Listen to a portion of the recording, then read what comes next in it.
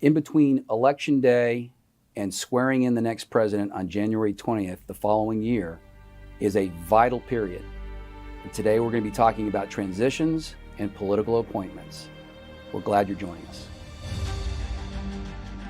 In the eyes of many in the world, this every 4-year ceremony we accept as normal is nothing less than a miracle.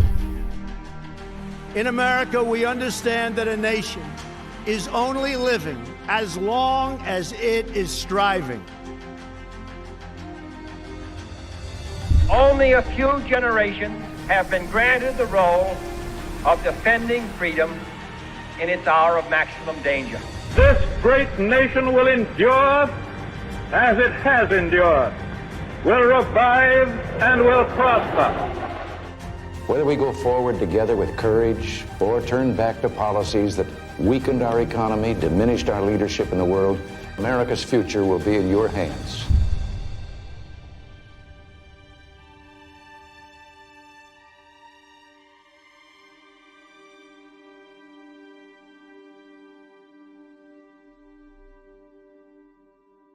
Welcome to Presidential Transitions and Appointment Hiring.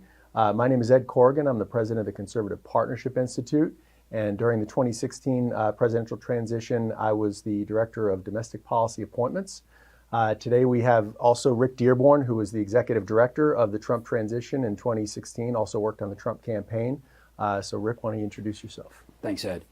Rick Dearborn, great to be with you today. We're going to cover an interesting set of issues and topics about a transition. You want to become a political appointee. How does a transition work? How do you get tapped as a political appointee? So we're going to kind of walk through all of that. Worked on Capitol Hill for 30 some odd years, have worked in 2 administrations, was on the Trump campaign team early on, probably one of the first 15 folks hired, set up the DC office so that we could start connecting with the federal government, get to know members, work on endorsements, worked through the primaries. We wound up working at the convention on the platform committee as well as the rules committee. All of that I thought was very informative as we started to look at how to do the transition. My first role in the transition was actually heading up kind of the congressional affairs piece of it.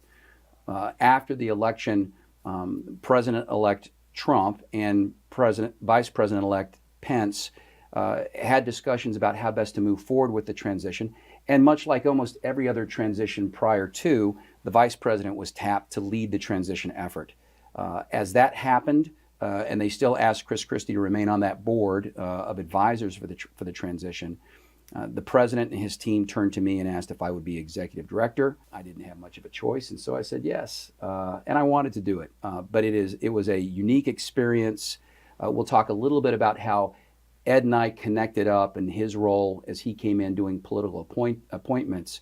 But I was fortunate that I had Ed Corrigan, who's been a friend of mine for a very long time, help us get through the process. So presidential transition goes very far back in our country. They had been informal for multiple generations, many decades, through multiple presidents. In 1963, they did pass a Transition Act. It did coincide with the assassination of John F. Kennedy. And from that point forward, there was a federal government role in establishing the peaceful transition of power between one administration to the next. There was more meat on the bones put to a transition after the 2000 election between George W. Bush and Al Gore because of the uncertainty that created, the fact that it went all the way up to the Supreme Court. Of course, we had hanging chads in Florida, and the outcome of that election was uncertain for a good period of time. There was a concern, both a national security concern and just a general continuity of government concern, that we shouldn't have our government in that position again when we're trying to transfer power from one administration to the next, no matter who was going to win. So they passed yet another piece of transition legislation. That established a federal role, federal funds, federal involvement, staff-related support, building support, offering up office spaces here in Washington, so transition teams could start their work well before the actual election. Fast forward to 2019, they beefed it up yet again. They asked the transitions to be even more organized. And if you fast forward that to the 2016 election, one of the interesting things I think that came out of the 2019 Act is they allowed congressional staff to be detailed to a transition. I think on our transition staff, we had maybe 2 or 3. It was a new concept. It cost a lot of money. We had to be thoughtful about the budget.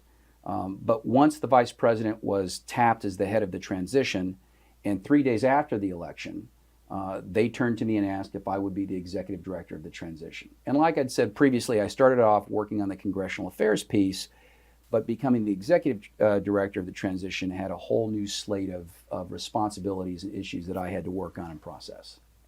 So could you talk a little about the different phases of a transition? You had the phase when you were working on the campaign, and it was very informal. We were having sort of confidential conversations about what the post-convention transition would look like, and then how that feeds into the what happens on election day and after, and then of course going all the way up to the inauguration, which we can talk about. Absolutely.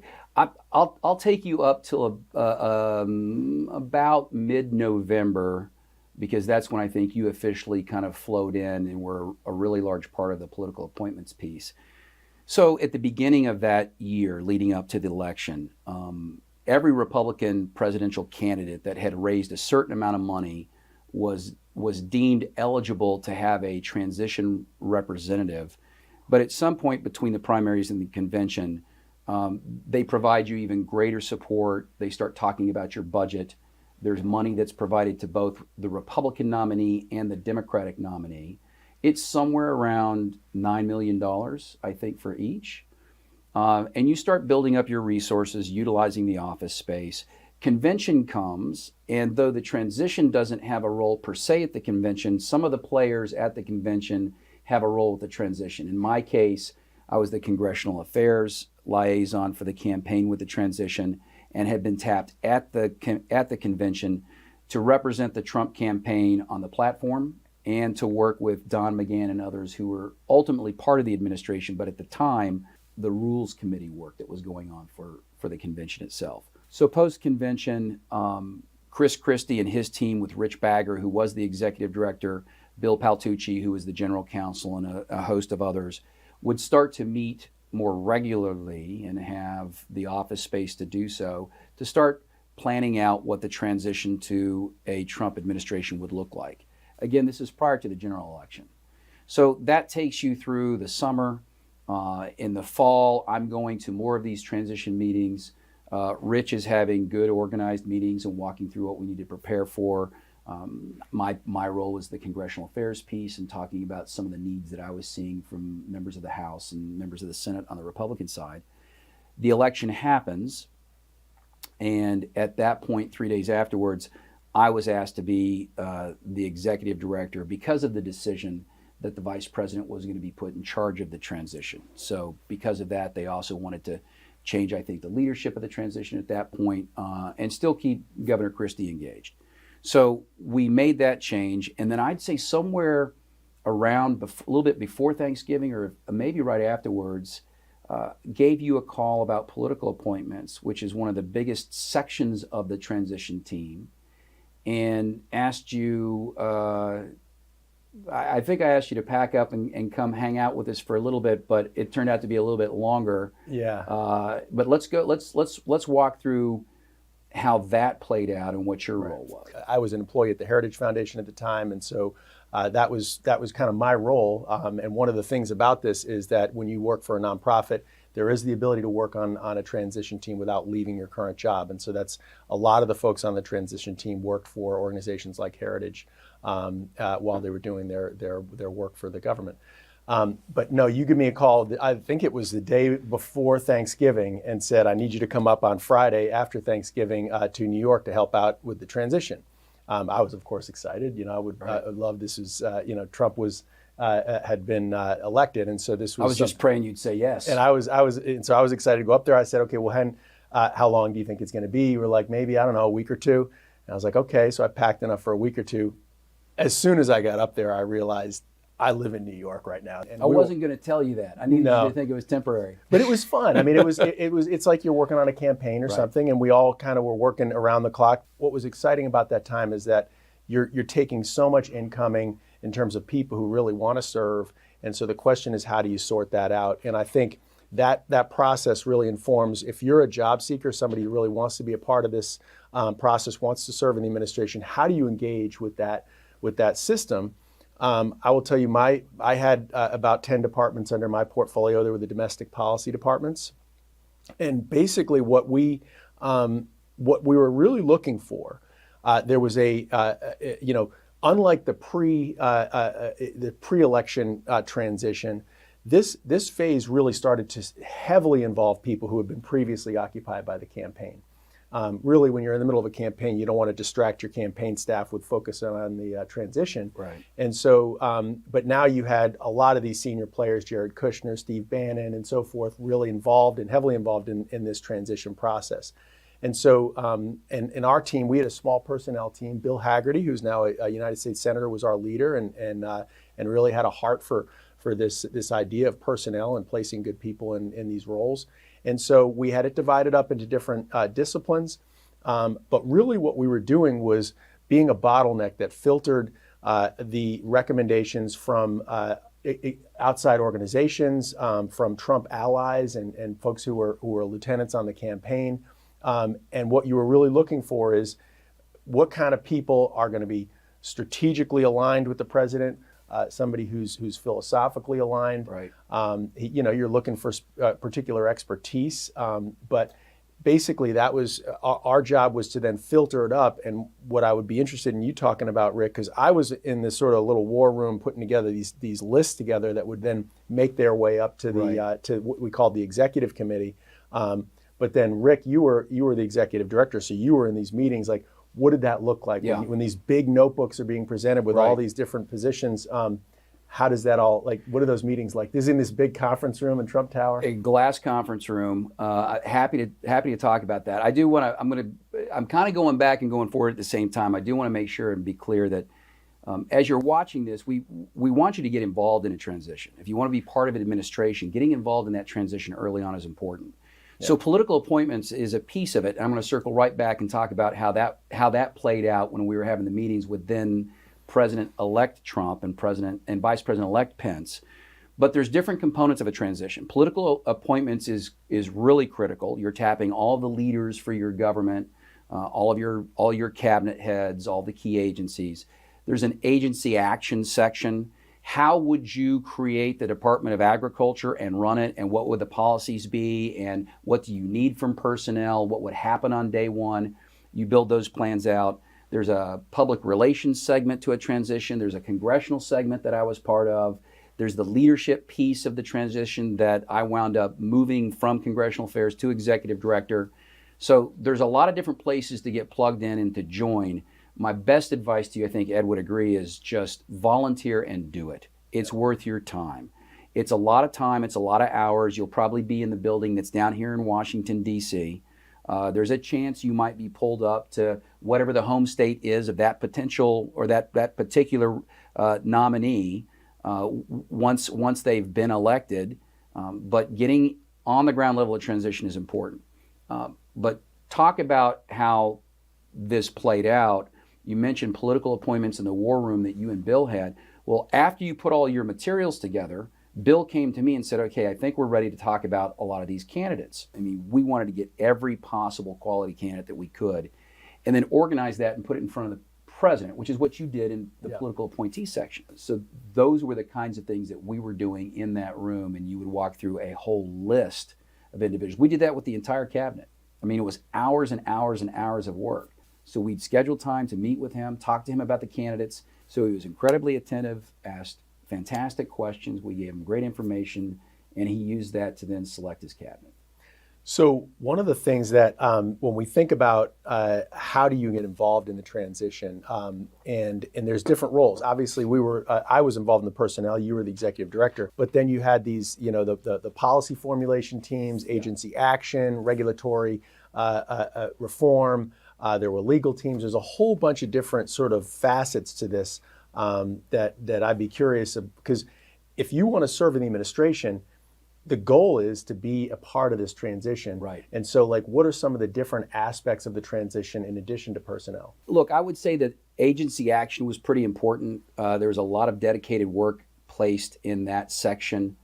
Of the several floors that we had in that building, I think there was at least 1 to 2 floors dedicated to agency, or at least an entire wing dedicated to agency action. And we say agency action, kind of talk a little about what is that? Is that like memoranda on how the agency is going to function? You're building out the blueprint that in a perfect world, this next president, as guided by the transition team, which had members that were close to the president.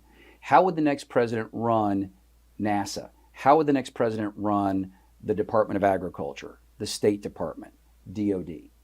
And you go out and find experts and individuals who have some experience in these areas.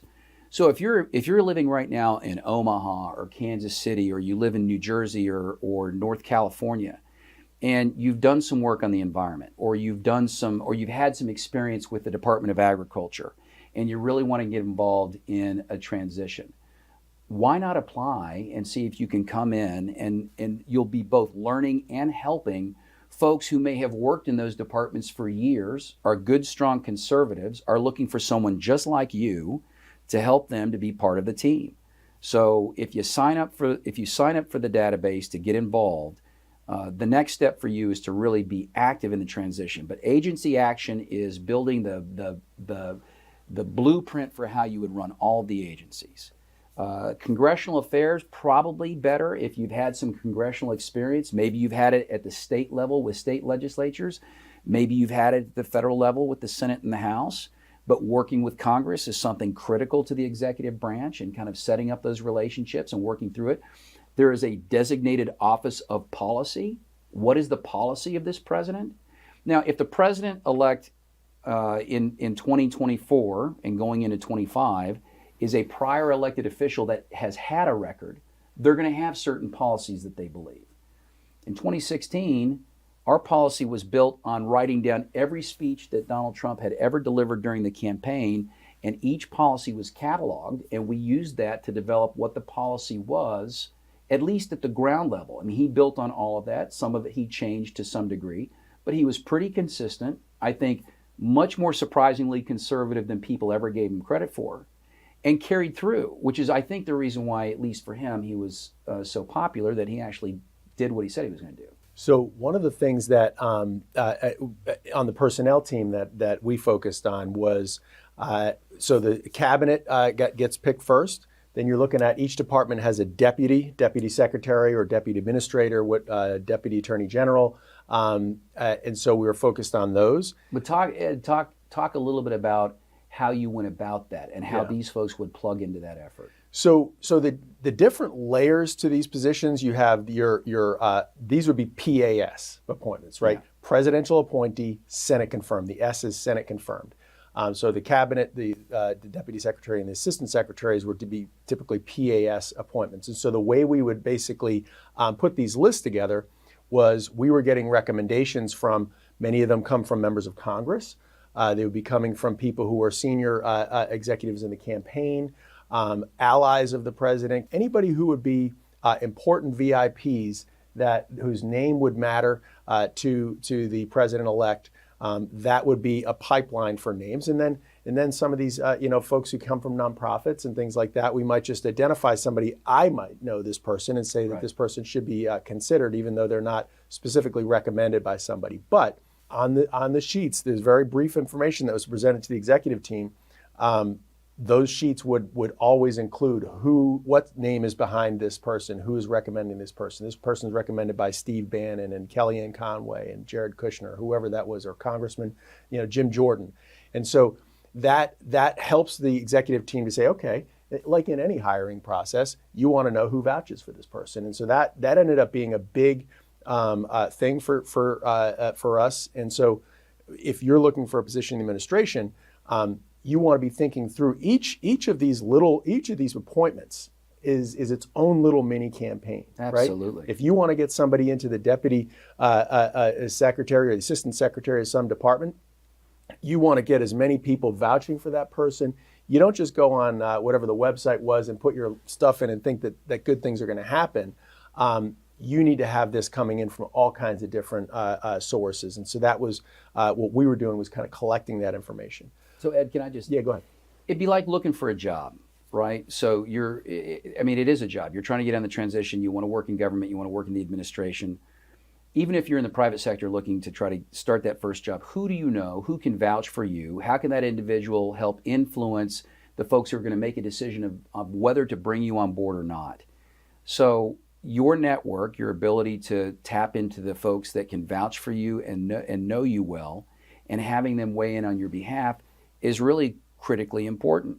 And let's face it, I mean, politics is different than the machine shop where you're building widgets. I mean, politics is all about networking, right? I mean, it's all about connecting with people. That is the art of politics. So if you're watching this right now, you probably have some skill in that regard anyway. You need to continue to develop that and think through who might be able to vouch for you if you want to go work at NASA or at Department of Agriculture or an independent commission or agency. Right. So yeah, and basically depending on what position you're actually interested in, you might have different strategies. So if it's a PAS position, what that means is you can't serve in that position until you're Senate confirmed.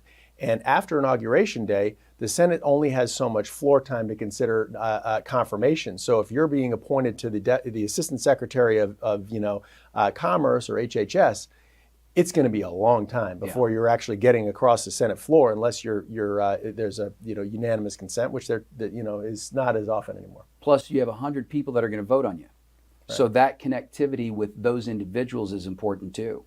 Having one or two senators or their key staff that know you, that can vouch for you with their colleagues, is going to help how you get scheduled. When you get scheduled, if you're going to get that vote. How the hearing goes.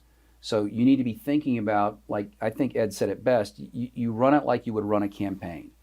And for those of you that are engaged in politics, you probably ran for class president, student council representative. It's the same kind of thing, a little bit on steroids, but you're trying to get a lot more folks active and behind you and talking about your qualifications and why you would be the right conservative candidate for that particular position. Yeah, and so what I would say on the PAS positions, especially in this early phase right after the transition, there's two additional levels that we were focusing on during the transition that are appointments. One is called the landing teams, and the other one is called the beachhead teams. And I'll have ask Rick to talk a little about the details of what these positions are for and how you get selected. But these are the landing teams typically will go in. It's during that time before inauguration when there's a president-elect and you're working inside the department. That's Explain right. the landing teams a little bit. Yeah, so the landing teams go in beforehand. Our government, our system, our federal government's an amazing thing, but it's massive. And on January 20th at noon, precisely at noon, the next administration takes over. So leading up to that point, you want people landing in all of these major departments and being introduced and receiving briefings from the folks in that department. Now, some of the political appointees will be happy to talk to you. Some of the careers will be brought in to talk about, these are the programs we're in charge of. Here's our jurisdiction. This is what we've done to date. Here's everything that's pending. These are the rulemakings that we've been working on. You would always hope that every administration is thoughtful with the administration that comes in. Look, I'm going to be honest. When we met with the outgoing Obama administration, couldn't have been more helpful. I had meetings as the executive director of the transition team in the White House with the chief of staff. Dennis McDonough was fantastic. Sat down, said, look, the government's at your disposal. Send your landing teams in. I want to say landing teams went in sometime in early to mid-December, depending. Some departments were ready to receive them and others weren't. A lot of it had to do with where do we house them, because they're going to come in the morning, they're going to get briefings. A lot of it was them taking notes and being prepared for the more permanent team that would come in. So the landing teams go in early, mid-December.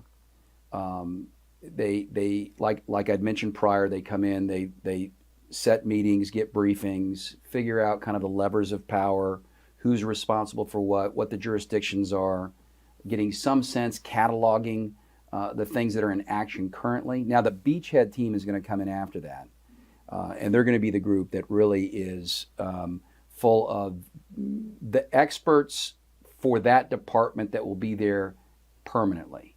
The landing team, some subset of them, will be part of the administration's group of people that would be in that department down the road. But they normally come in and basically just try to understand, all right, where are you in the process? What's happening in this department now? Beachhead comes in closer to the transition of power, and they wind up basically taking the information developed by the landing team and then deploying their people throughout the building, because it's going to take some time before that first cabinet nominee is confirmed by the Senate. Right. So you're running the department predominantly with career staff. All of the political staff from the prior administration will be asked, and to a person will offer up their resignation because they're no longer working for the new president. They work for the prior president. And so those beachhead teams that are going to get the information from the landing team then start to fan out across the department and start to grab the levers of power, look at what reports are due, what the rulemaking processes are, what's expected of them, everything from their grant programs to their mandatory programs, how are they functioning, meeting with all the career staff to understand what's expected of the Department of Energy before the end of the week. What are we doing this month?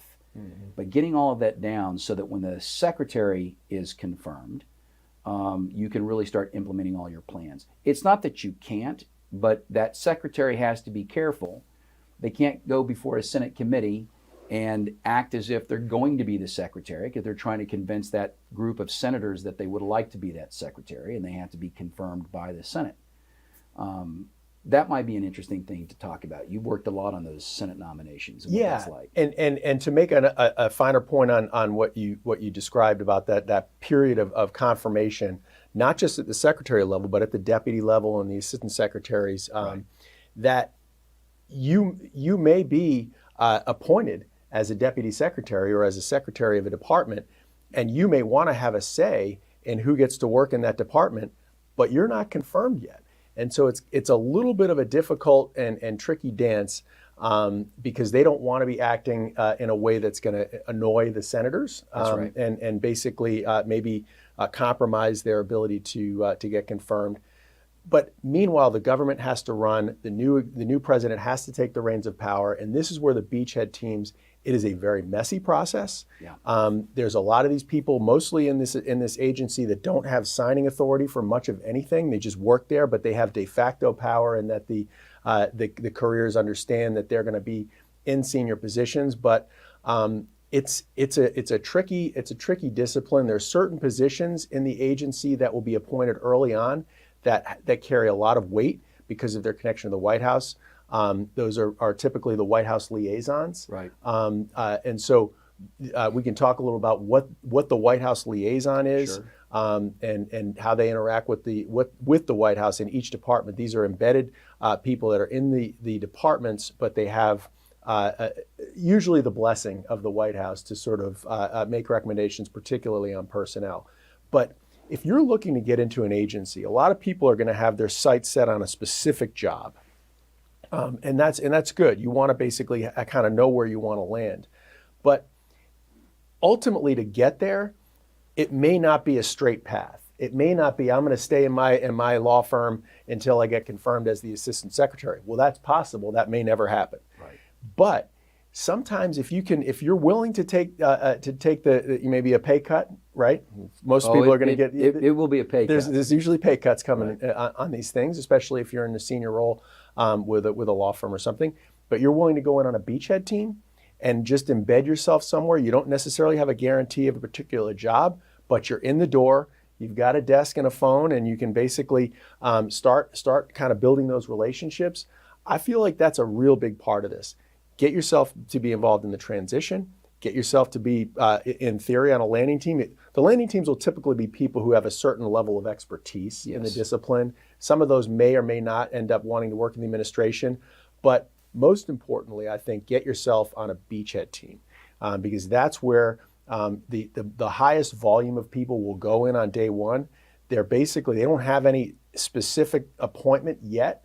Some will, but I think for the most part, a lot of them are just trying to figure out what's going on in this department and sort of meet with the careers. Yeah, I'd tell you that the landing teams were a combination of folks with expertise and the warm bodies that we needed. Yeah. We were the Trump administration, especially early on, was very unique, and it was tough. I mean, what we're doing right now is going to be so important to the next president, because establishing all of this, providing the expertise, looking at a database of folks that can be part of the administration, talking to you like we are right now about what is a transition about, why do I want to be engaged in it, what would my role be. That's a luxury that we didn't have. We were trying to fill a lot of positions, and early on it was hard to get everybody that we needed kind of in the door and in the right spot. The bulk of you won't necessarily be up for the secretary's position at DOD. You may not even be up for an assistant secretary's position, but there's going to be positions that may not be Senate confirmable that you may wind up being up for. A lot of what's called Schedule C positions. Those are political appointees that would work in the administration and running incredibly important programs that report up to a presidential appointee that might be in charge of a larger program department, and you're one of the sub-agency pieces of that. There, I think, still is the Plum Book. It's a government document that talks about all the different positions of government. If you get the chance to review that, it's probably worth it. Think about what you really enjoy, what you want to work on. The most important part of being a great federal government civil service career person or political employee is being interested in and dedicated to what you do. At the end of the day, federal government is about serving the public. Right? It's not about serving the interests of government. The government is the public. So making sure that you're going to follow what your interest is, whether it be science or in the Department of Defense, or you're a great lawyer and you want to work in the Justice Department, or you're a great lawyer but you're really interested in environmental issues, so you want to go to EPA or the Department of Interior, or you have no law degree at all but you're really, really interested in commerce and export issues. So whatever it is that you're interested in, think about how you could prepare yourself and then get connected with the campaign of your choice.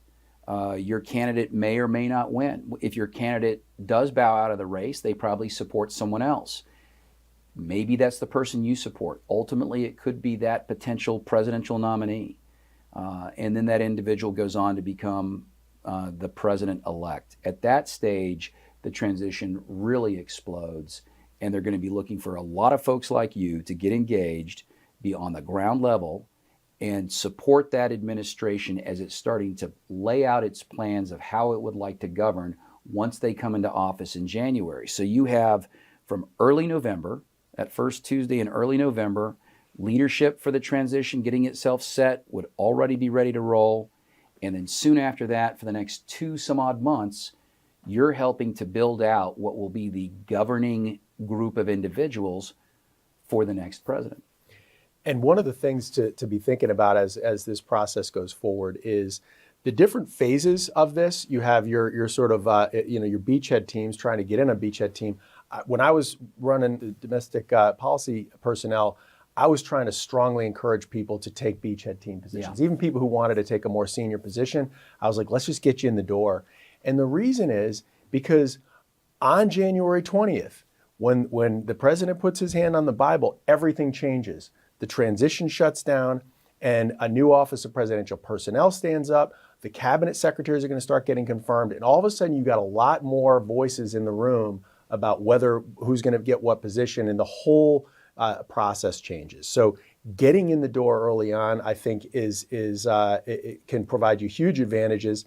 And I will say, even on the beachhead team things, you have in every agency you have a number of positions that are careers, right? These are civil servants that serve, and they're not political. But then you have your political positions, and so What we were looking at to try and fill out our beachhead teams was which departments have the most political positions, right? These are kind of theoretical beachhead teams. Right. And so some people who may have said, okay, I really want to work in the Justice Department, but I didn't have that many politicals in the Justice Department, so I would put them in the Agriculture Department. There was a lot of political positions in the Agri Department. Right. So we could drop a bunch of beachhead team members in there. They can learn a little about the Agriculture Department, but then maybe move over to DHS or DOJ or wherever their ultimate goal is to be. And so it's just something to be creative and be open to different ideas as you're trying to serve. Ultimately, the question is, do you believe in the person who's elected president, and do you want to serve that person? And if you really do, you need to get involved at every layer in this process, because as the process moves down the road, very quickly you get more cooks in the kitchen and more people asking for their people to be involved. One other thing just to be mindful of is that for each of these positions, even at the beachhead team level, there is a vetting process that goes on behind the scenes. They will look at all of your social media. They'll do background checks on you. Your normal FBI background checks. They'll do all those kinds of things. So if you want to serve in the administration, be mindful of your social media. Take a look at what you've put out there. Maybe clean it up a little bit. I think it's heartbreaking when you have somebody you know is a good person, but they may have said something. Maybe they were really heavily involved in the campaign and said negative things about the person who ends up winning. So if you're on a campaign, be mindful of that too. You don't, sometimes in the heat of the campaign, you can get a little carried away with things, but understand that at the end of the day, if you want to be able to serve, everything you've put out there publicly is going to be looked at. And so just be prepared for that kind of vetting. Yeah, I would just emphasize that. I mean, we had a small number of folks when we first came in with the transition. It grew. Vetting was incredibly important, but we had very few folks doing it. We tried to be as in-depth as we possibly could. Of course, there were people that were placed that would wind up doing something that got themselves in trouble. But whether you're vetted or not, individuals can do that. The most important thing is for you to take care of you. Be smart about it. You're serving the public good. You're working for your fellow citizens. So you want to make sure that you're focused on the job that you want to do. Try to stay off all the extracurricular stuff. Any of the comments that you say that you feel could be used against you will be. If they're heated and hot, guaranteed they will be. So just be thinking about that. You're in the public domain once you decide you're going to work in government, which means that the public is going to scrutinize you. And that means senators, and it also means the administration members themselves as they're looking to bring you in to work in the administration. So to recap, the phases of the transition, you have the phase of the transition, which we're in now, which is before the election, before the primaries really get up and running. You have the phase right during the primary, but before the convention, which is very informal, but a way to get involved in a campaign. After the convention, you'll have a lot of people starting to work on this formal position, this government-funded transition team. The phase after the election is when the campaign staff get involved. That's when it gets real, and when the positions really start getting selected. And then you have that. And that's also after the inauguration when you have the landing teams. We'll go into working in these agencies to just learn. They're not actually formally appointed government employees, but they're basically learning about the agencies and so forth. Then after inauguration is when the beachhead teams go in and when the appointments start getting selected, and that's when people will actually get in and start serving. So to walk through what the different components are of a transition.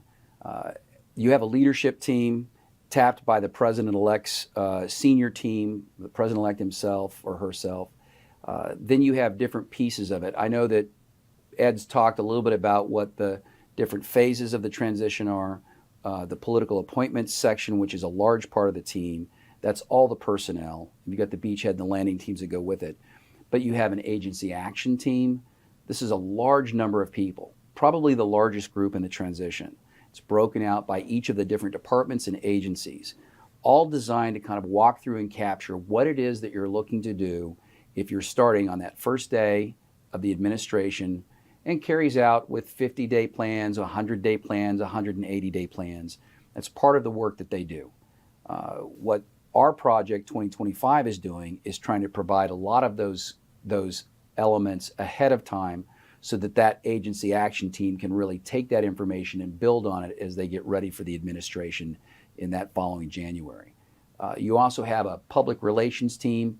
So if you're into PR and messaging, a lot of the folks that get on the transitions public relations team also find their way into the public relations departments in a lot of the different agencies. So if you enjoy message and communication, it could be everything from going into the communications department at the White House to any of the agencies that are out there. We tried to meet with the press corps on a regular basis. Sometimes it was daily. We'd provide updates to the transition. The latest cabinet secretary that had been tapped that was going to be sent up by the president to the Senate for confirmation. The latest piece of information on a hugely important issue that the president-elect was looking to try to focus on at the beginning of their term. A whole series of things and information about what's going on with the transition goes through public relations shop. There's a smaller congressional relations piece. These are individuals that probably have a little bit more experience. It could be in state legislatures where you've had experience working with members of a state assembly or a state senate. But a lot of times it's also folks who've had some experience with the U.S. Senate and the United States House to just work with them, answer their questions. There'll be a ton of meetings that they want to take, and there's going to be a lot of requests from them to sit down with the president-elect or his or her team to talk about what they would like to see from the president going into the next term. It takes a lot of people and a lot of commitment to work with them on that. So that's another component. There's a dedicated and established policy team. This team is trying to take everything that was made as a commitment by that president, now president-elect, and really focus on how they would break that out by each of the different departments and agencies. What are the big key themes? A lot of that blueprint would be used in the White House. A lot of that blueprint will then be kind of divided up by the different agencies and departments that would then work to execute it once the president-elect is then sworn in that following January. Those are the largest functions of a transition team. The political appointments Ed's, I think, walked through very well. Again, that's basically what you're looking at for a presidential transition. If you're looking to work for a strong conservative, if you're looking to work in government and try to serve your country, this is a great opportunity. Ed and I have been in this business for a very long time. Every single day you got up, you wanted to be able to solve someone's problem. At the end of the day, if you actually had a chance to do that, it was the most rewarding feeling you ever had, and you wanted to get up the next day and do the same thing. If that's the kind of thing that drives you, then you're going to want to join us and join the next president and be part of that person's administration. Amen. Appreciate all of you guys taking a look at this, taking a look at serving your country as a part of an administration, and understanding this process as best you can, and engaging with this presidential transition process to be involved as soon as you can and at every level in that transition. So ultimately, you may land. It may be a meandering path to get to where you want to be, but ultimately the goal is to serve, not necessarily to serve in a particular way. Good to be with you again, my friend. All right, brother.